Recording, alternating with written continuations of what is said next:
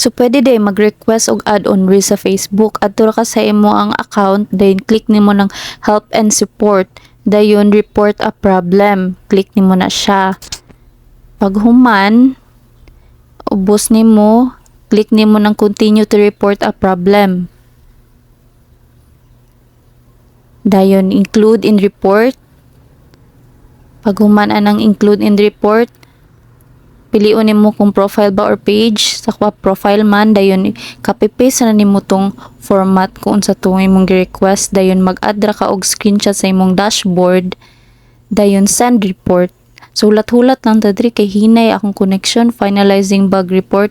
So while waiting kay ga cross finger ko kay basig dili dawaton sa Facebook ba.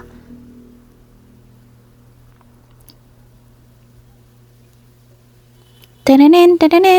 So pag humana na hulat-hulat lang tag unsay response ni Facebook unta mapansin niya.